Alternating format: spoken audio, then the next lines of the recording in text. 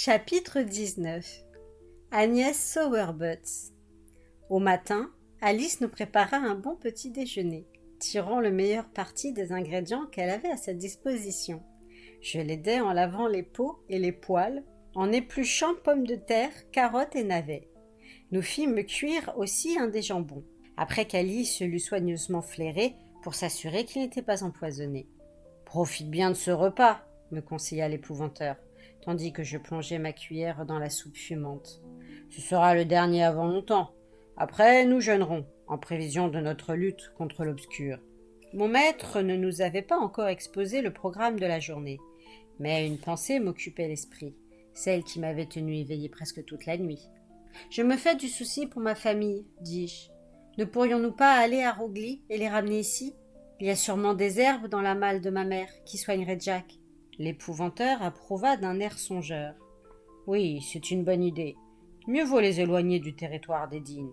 C'est risqué, mais avec la fille pour te guider, je suppose que tu réussiras. »« Tout ira bien, Tom, » enchérit Alice. « Ne t'inquiète pas, ils seront ici sains et saufs, dans moins de 2 heures, et nous trouverons de quoi soulager ton frère. » « De notre côté, » reprit l'épouvanteur, « James et moi, nous retournerons à Donham. Le temps se fait court.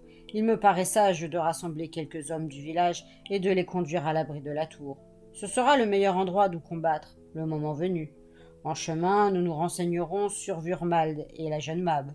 La première doit être mise hors d'état de nuire. La deuxième aura eu le loisir de se calmer et saura peut-être entendre raison.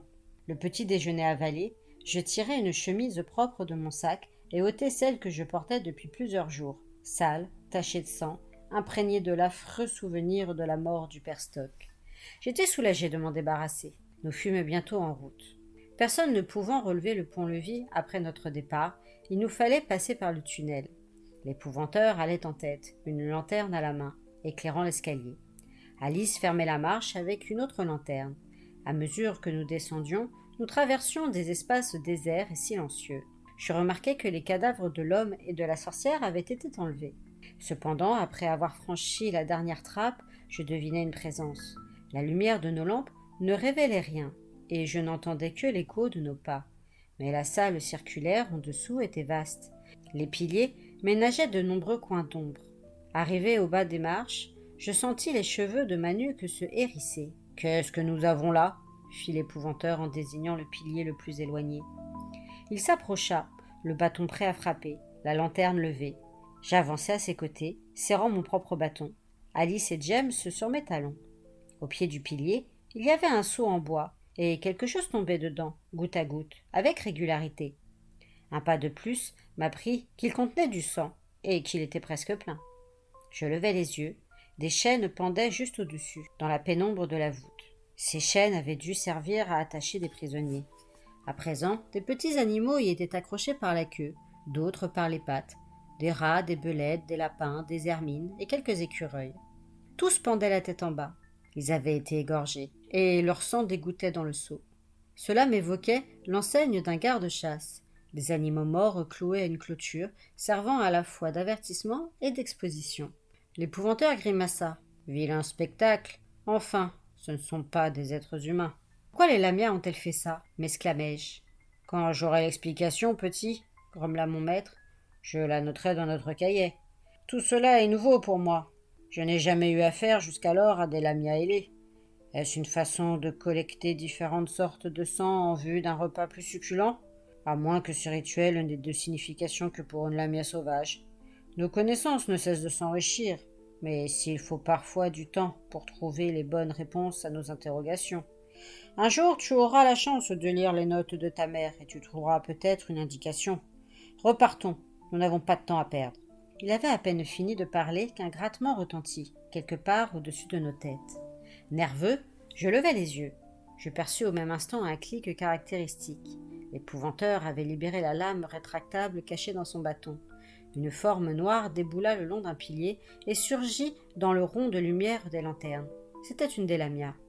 La créature était descendue la tête la première, ses ailes repliées dans son dos et son corps demeurait dans l'ombre. Seule sa face était éclairée. L'épouvanteur pointa son arme vers elle. James brandit son marteau, prêt à frapper. La lamia ouvrit largement la bouche et siffla. révélant une rangée de dents aussi tranchantes que des rasoirs. Posant mon bâton, je retins mon maître et mon frère par l'épaule. « Ne craignez rien, elle ne s'attaquera pas à moi. » Passant entre eux, je m'avançai. Maman avait écrit que ces créatures me protégeraient, quitte à y laisser la vie. C'était pour Alice et mon maître que je m'inquiétais, et je ne voulais pas que la créature soit tuée, même par légitime défense. « Sois prudent, Tom, » me suppliait Alice. « Je n'aime pas son allure. Elle est laide et dangereuse. Méfie-toi. » La fille a raison, enchérit l'épouvanteur. Reste sur tes gardes, petit. Ne t'approche pas trop. En dépit de leurs avertissements, je fis un autre pas. Des griffes acérées avaient creusé des sillons dans la pierre du pilier. 2 yeux luisants plongeaient droit dans les miens. D'une voix calme, je m'adressai à la lamia. « Tout va bien. Ces gens sont mes amis. Je t'en prie, ne leur fais pas de mal. Protège-les comme tu me protégerais. Laisse-les aller librement. » Et je me forçai à sourire. Pendant un instant, la créature se tint immobile. Puis une brève lueur s'alluma dans ses petits yeux cruels, tandis que ses lèvres s'étiraient imperceptiblement en une grimace qui devait être un sourire. Une des pattes, avant, se tendit vers moi. Les longs ongles n'étaient qu'à une largeur de main de mon visage. Je crus qu'elle allait me toucher. Mais la lamia hocha seulement la tête, en signe d'assentissement.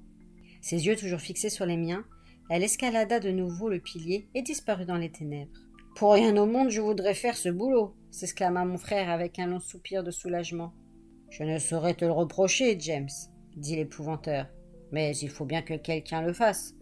Allons, dépêchons-nous. » Nous suivîmes le long corridor où donnaient les portes des cachots. Il était encore hanté par des morts qui n'avaient pas trouvé le repos. Je percevais leur angoisse, j'entendais leur voix plaintive. James, n'étant pas le 7e fils d'un 7e fils, échappait à ça. Mais moi, j'avais hâte de laisser toute cette souffrance derrière moi.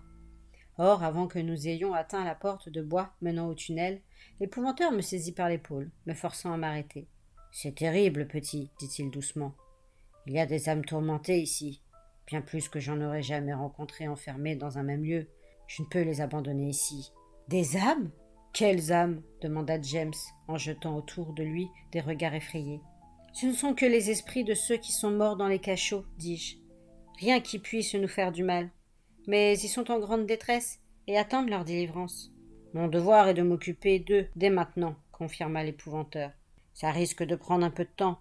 Écoute, James, rends-toi à Donham. Tu n'as pas besoin de moi. Tu auras même plus de chances de rallier les villageois si je ne suis pas là.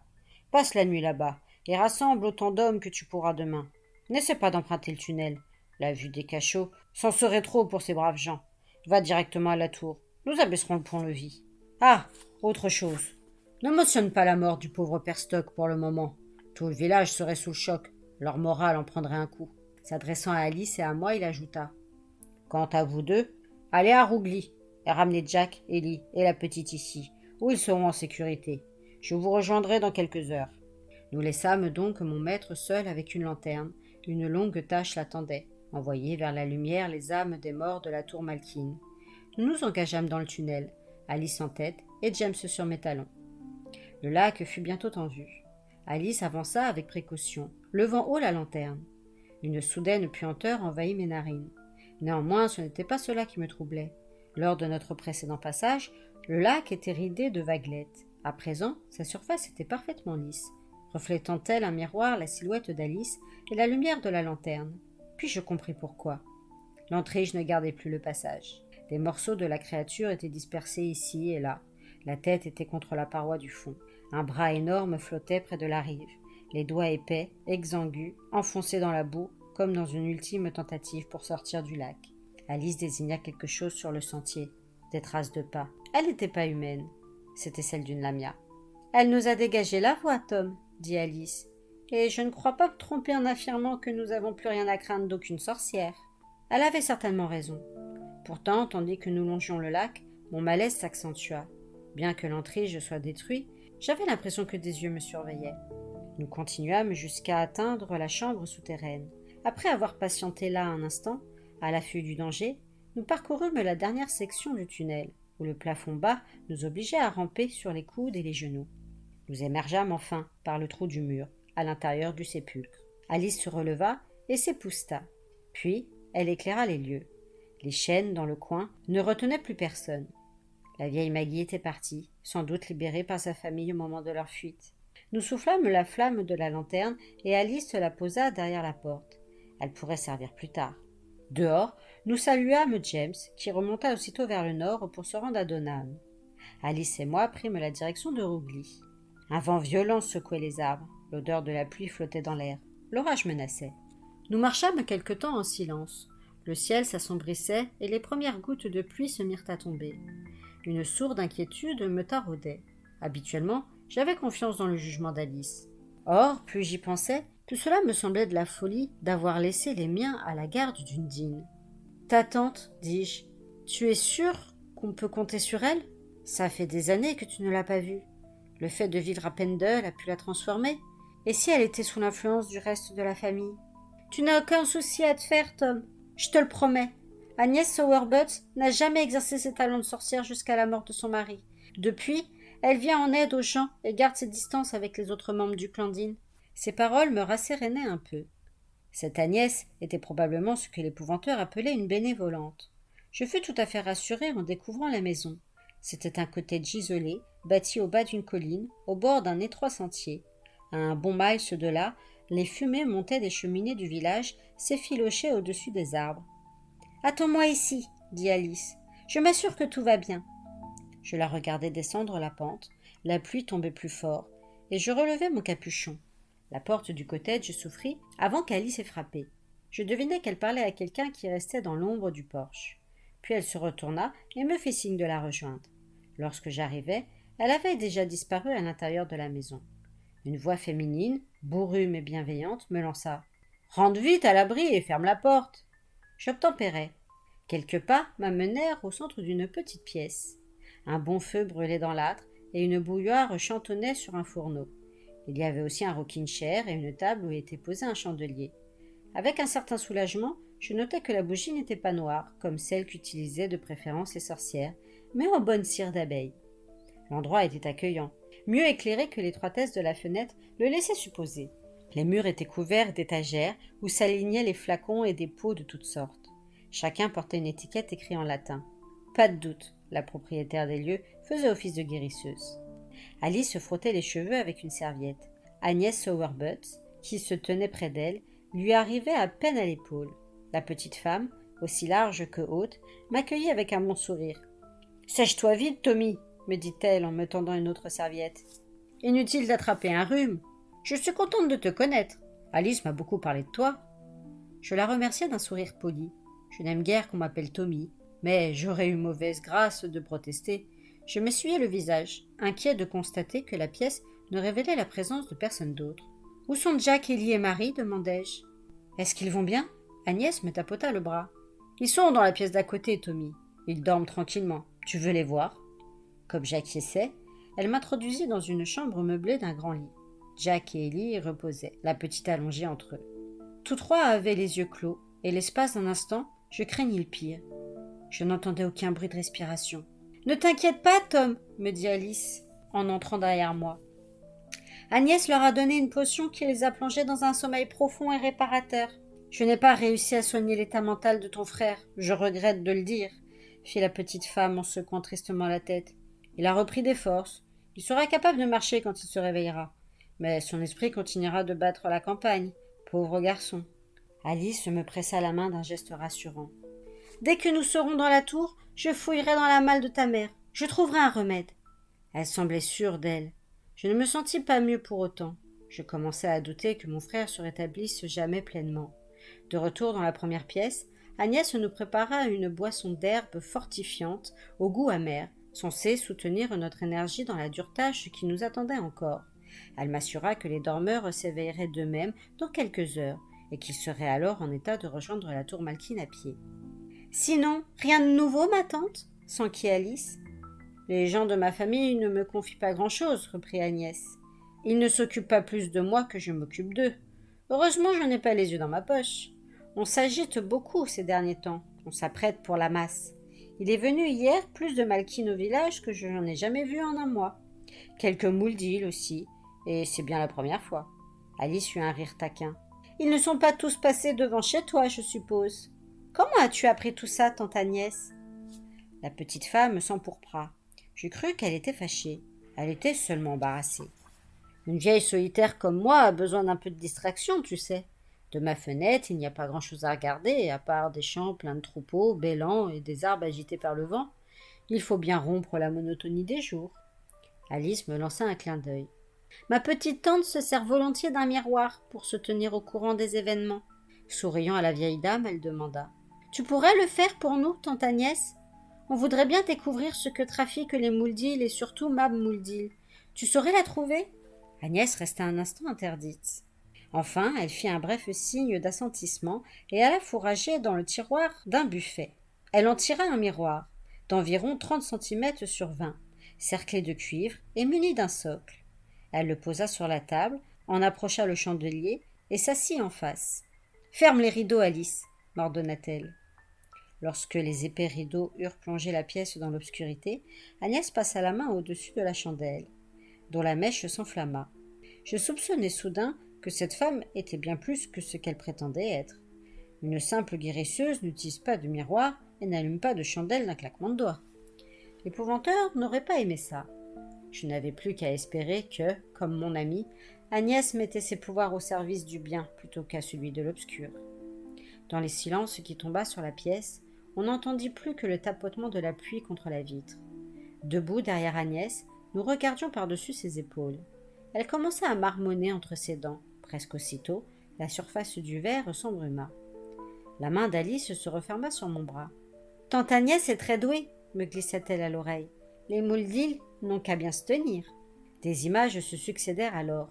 L'intérieur d'un cottage, une vieille prostrée sur une chaise, un chat noir sur les genoux, l'autel d'une chapelle en ruine, puis le miroir s'obscurcit. Agnès se mit à se balancer d'avant en arrière. Son front se couvrit de sueur. Des mots tombaient de ses lèvres en une litanie ininterrompue. À présent, nous ne distinguions plus que des nuages filant dans le ciel et des branches sauvagement agitées par le vent, comme si nous étions couchés sur le sol. C'était bizarre. Comment faisait-elle apparaître ça? Où était l'autre miroir? Puis deux silhouettes entrèrent dans notre champ de vision, immenses, distordues. J'eus l'impression d'être une fourmi observant des géants. L'une de ces personnes était pieds nus, l'autre portait une longue robe. Avant même que l'image se précise et que je reconnaisse les visages, je sus de qui il s'agissait. Mab discutait avec animation avec Vurmald, qui posait familièrement une main sur son épaule. En souriant, elles échangèrent un signe d'assentissement. Soudain, un pan de tissu noir balaya le sol. J'eus un bref aperçu de souliers pointus et, entre eux, d'un pied nu à 3 orteils terminés par des ongles aussi durs et pointus que des griffes. Tib était caché sous les jupes de sa maîtresse. L'image s'effaça, mais nous en avions vu assez. Ainsi, les Mouldil s'apprêtaient à rejoindre les 2 autres clans. Agnès souffla la chandelle et alla ouvrir les rideaux. Se tournant vers nous, elle secoua la tête d'un air inquiet. « Cette saleté me flanque la chair de poule. La terre se porterait bien mieux sans lui. »« Et sans Vurmald » ajouta Alice. « Comment vous y prenez-vous » voulus-je savoir. Je croyais qu'il fallait 2 miroirs. Alice répondit à la place de sa tante. « Pour une sorcière vraiment douée, une bassine d'eau suffit ou une mare, si la surface est tranquille. Tante Agnès a toujours été très habile. Vurmald et Mab se tenaient près d'une grosse flaque. Elle s'en est servie. » À ces mots, un frisson me courut le long du dos. Je revis le lac souterrain, les lambeaux de l'antrige flottant à sa surface, aussi lisses qu'une plaque de verre. Je me rappelais mon curieux malaise. « Quand nous avons longé le lac, dis-je, j'ai eu l'impression d'être surveillée. Quelqu'un l'aurait-il utilisé comme un miroir au moment où nous passions ?»« C'est possible, Tommy, » fit Agnès soucieuse. « En ce cas, ils savent que tu as quitté l'abri de la tour. Ils pourraient bien te guetter au retour. Alors nous prendrons le bois des corbeaux. Ils ne s'attendent pas à ça. L'épouvanteur est dans la tour. Il abaissera le pont-levis à notre arrivée. » Alice me lança un regard dubitatif. « Ils peuvent aussi bien être embusqués dans le bois, et si nous devons crier pour appeler le vieux Grégory, ils nous entendront. C'est tout de même un coup à tenter, surtout si on fait un détour et qu'on approche par le nord. Sauf que l'épouvanteur va en avoir pour des heures à délivrer les âmes en pleine retenue dans les cachots. Il risque de ne pas nous entendre. Autant ne partir qu'à la nuit tombée. »« Restez ici aussi longtemps que vous le voudrez, » dit Agnès. « Vous êtes les bienvenus. Que diriez-vous d'une bonne soupe? Les dormeurs sont affamés à leur réveil. Je vais en préparer pour tout le monde. » Tandis qu'Agnès s'affairait devant son fourneau, un faible cri s'éleva dans la chambre à côté. La petite Marie venait de se réveiller. Presque aussitôt, j'entendis Ellie la réconforter. Je frappai 3 petits coups à la porte et entrai. Ellie tenait sa fille dans ses bras. Jack était assis au bord du lit, la tête dans les mains. Il ne leva même pas les yeux. « Te sens-tu mieux, Ellie ?» demandai-je. « Et comment va Jack ?» Elle m'adressa un sourire. « Je vais beaucoup mieux, merci. Et Jack semble retrouver ses forces. Il n'a pas encore prononcé un mot, mais regarde-le, il a réussi à s'asseoir. C'est un gros progrès. » Mon frère n'avait pas bougé et ne m'avait pas reconnu. Je fis cependant mine de me réjouir pour ne pas alarmer Ellie. « Magnifique! Nous allons vous ramener à la tour Malkin. Vous y serez plus en sécurité qu'ici. » Je vis une lueur d'effroi passer sur son regard. « N'aie aucune crainte, repris-je. Les lieux sont à nous maintenant. Il n'y a plus de danger. »« J'espérais ne jamais revoir cet endroit horrible, » murmura-t-elle. « Cela vaudra mieux, Ellie. Bientôt, vous retournerez à la ferme, et tout reviendra comme avant. »« Je le voudrais bien, Tom, mais en vérité, je n'y crois plus. J'ai toujours désiré être une bonne épouse pour Jack et avoir une famille à aimer. À présent, tous mes espoirs sont anéantis. Je ne vois pas comment les choses pourraient redevenir comme avant. Je devrais seulement m'efforcer de faire bonne figure pour le bien de notre petite Marie. » À cet instant, mon frère se leva et s'avança vers moi, une expression bizarre sur le visage. « Content de te voir sur tes pieds, Jack !» m'écriai-je en lui tendant les bras. Lança Jack m'aurait gratifié d'une embrassade digne d'un ours, m'écrasant à moitié les côtes dans son enthousiasme. Au lieu de ça, il s'arrêta au bout de 3 pas, sa bouche s'ouvrit et se referma à plusieurs reprises. Puis il secoua la tête, l'air décontenancé. Bien que ferme sur ses jambes, il avait l'esprit vide. Je souhaitais de tout cœur qu'Alice trouve, dans la malle de maman, un remède qui le sorte de ce triste état. Peu après le coucher du soleil, nous remerciâmes Agnès Sowerbutt et reprîmes la route sous une légère bruine.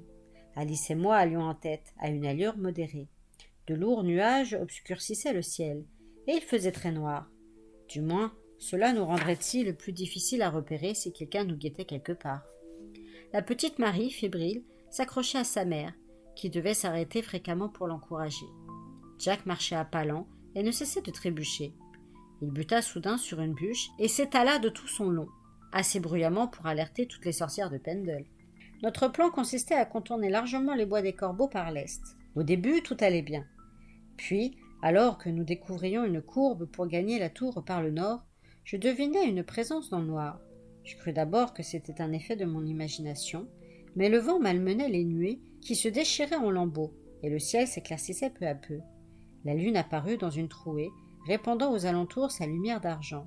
En regardant par-dessus mon épaule, j'eus le temps d'apercevoir des silhouettes, au loin, avant qu'un gros nuage ne nous replonge dans l'obscurité. « On est suivi, Alice !» dis-je à voix basse pour ne pas effrayer les autres. Elle approuva de la tête. « Des sorcières, nombreuses, et leurs hommes les accompagnent. » Nous étions entrés dans le bois des Corbeaux et approchons d'un ruisseau au cours rapide. J'entendais l'eau bouillonner et clapoter sur les rochers. « Si on passe de l'autre côté, on sera en sécurité, » lançai-je. Par chance, la rive n'était pas abrupte. J'aidai Ellie qui portait sa fille à traverser. L'eau nous couvrait à peine les chevilles, mais les pierres étaient glissantes. Jack avait du mal à tenir debout. Il tomba 2 fois avant de se hisser sur la berge boueuse sans un mot de protestation. Je soupirai de soulagement. Le plus gros du danger était derrière nous. Les sorcières seraient incapables de traverser. Mais la lune apparut, et ce qu'elle me révéla me remplit de consternation. À une 20aine de pas, sur notre droite, il y avait une écluse de sorcières.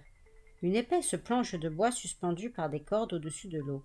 Un système de poulies permettait de la baisser entre 2 poteaux munis d'une encoche formant glissière, placée de chaque côté du ruisseau. Nos poursuivants auraient vite fait d'actionner le mécanisme et d'arrêter le flot. Nous n'avions pas beaucoup d'avance sur eux. Ils nous rattraperaient bien avant qu'on ait atteint la tour. « Rien n'est perdu !» me cria Alice. « On a peut-être un moyen de les arrêter. Suis-moi !» Elle courut vers l'écluse. La lune apparaissait et disparaissait, éclairant les bois par intermittence. Alice montra l'eau, sous la planche. Je distinguai une épaisse ligne sombre qui reliait une rive à l'autre. « Les hommes du clan ont ôté les pierres et creusé une tranchée dans le lit du ruisseau, » m'expliqua Alice. « Ils l'ont bordée d'une planche de part et d'autre pour que celle formant l'écluse s'encastre entre les deux. Si on jette des pierres dedans, le barrage ne sera plus étanche. » Cela valait le coup d'essayer. En théorie, la chose était facile. Dans la pratique, il faisait noir, et lorsque je plongeais les bras dans l'eau froide jusqu'au coude, je ne pus rien saisir. La première pierre, profondément enfoncée, refusait de bouger. La deuxième était plus petite, mais encore trop lourde, et mes doigts ne trouvaient aucune prise. À ma troisième tentative, je remontai une pierre à peine plus grosse que mon poing. Alice, elle, en avait déjà placé 2 dans la rainure. « Approche, Tom !» me lança-t-elle. « Mets ta pierre à côté des miennes. Quelques-unes suffiront. » J'entendais de plus en plus près le claquement de pieds nus sur le sol humide. Je soulevai une autre pierre, un peu plus grosse, et la jetai dans la tranchée. Lorsque la lune se montra de nouveau, elle éclairait une silhouette trapue qui levait la main pour s'emparer du levier. La poulie grinça, la planche entama sa descente. J'allais me pencher pour chercher une dernière pierre quand Alice me tira par la manche. « Ça ira, Tom, viens. Ils n'arriveront pas à fermer, et l'eau continuera de courir. » Est-ce que ça marcherait? Je suivis Alice sur l'autre rive, et nous rejoignîmes les autres en hâte pour les entraîner sous les arbres.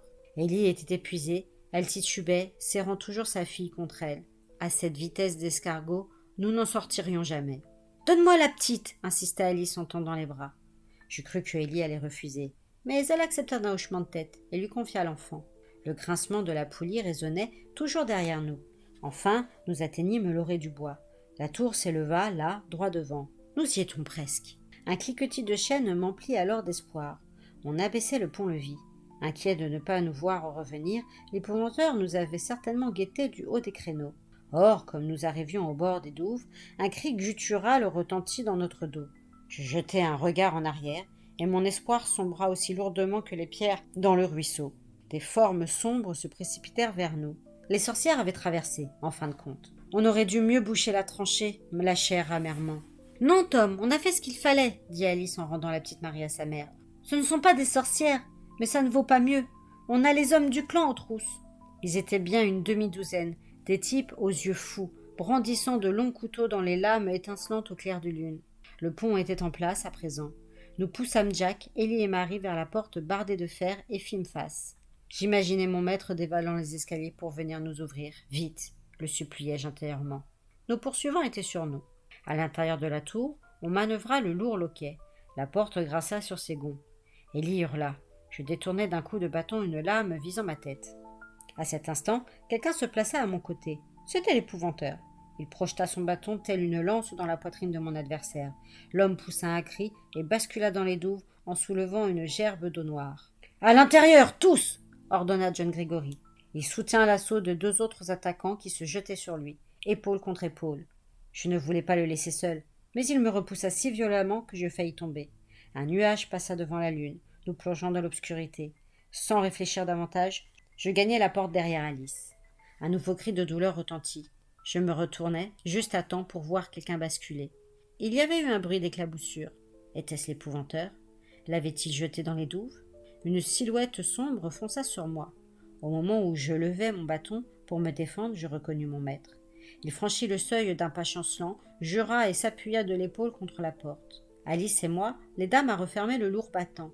Quelque chose de pesant s'écrasa contre le bois. L'épouvanteur abattit l'énorme loquet. Nos ennemis restèrent dehors. « Grimpez là-haut, vous deux, et remontez le pont-levis !» aboya l'épouvanteur. Je m'élançai Alice sur mes talons. Ensemble, nous mîmes les poulies en branle. Des cris furieux montaient d'en bas, des chocs métalliques. Les alliés des sorcières tambourinaient en vain contre la porte. Nous continuâmes de tourner le cabestan, nous arc-boutant de toutes nos forces. Dent après dent, l'engrenage faisait son travail. Au dehors, le plouf de corps tombant dans l'eau nous apprit que les assaillants sautaient les uns après les autres dans le fossé pour ne pas être écrasés entre la porte et le tablier du pont. Enfin, nous étions en sécurité, du moins provisoirement. Tandis qu'Ellie installait Marie et Jack aussi confortablement que possible, l'épouvanteur, Alice et moi fîmes le point sur les derniers événements. Nous étions tous épuisés, et 1 heure plus tard, nous étions allongés sur le plancher, roulés dans des couvertures sales. Je sombrai aussitôt dans un sommeil sans rêve. Au milieu de la nuit, je fus réveillé par des sanglots. « Ellie ?» À voix basse, j'appelai dans le noir. « Ellie, ça va ?» Elle ne répondit pas, mais les pleurs se turent. Il me fallut un long moment pour me rendormir. Je ne cessais de songer au lendemain, à ce qui nous attendait encore. Nous n'avions plus beaucoup de temps. Dans 2 jours, ce serait la masse. Nous avions perdu une journée à ramener Jack à la tour. Je supposais donc que, le lendemain, l'épouvanteur s'occuperait en priorité de Wurmald. Si nous ne mettions pas un terme à ces agissements, si nous n'empêchions pas la réunion de toutes les sorcières, le diable marcherait parmi nous, et Ellie ne serait pas la seule à pleurer la nuit dans son sommeil.